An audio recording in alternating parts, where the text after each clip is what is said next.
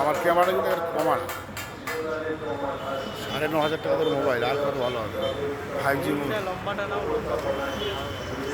5G mobile 9,500 টাকার কি দেবে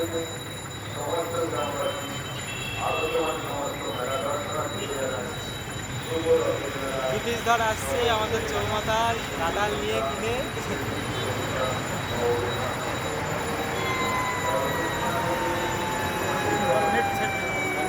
নেটে ছেড়ে দিলাম ভিডিও ছেড়ে দিলাম ফেসবুকে পচা কাঁঠাল কিনে নিয়ে যাচ্ছ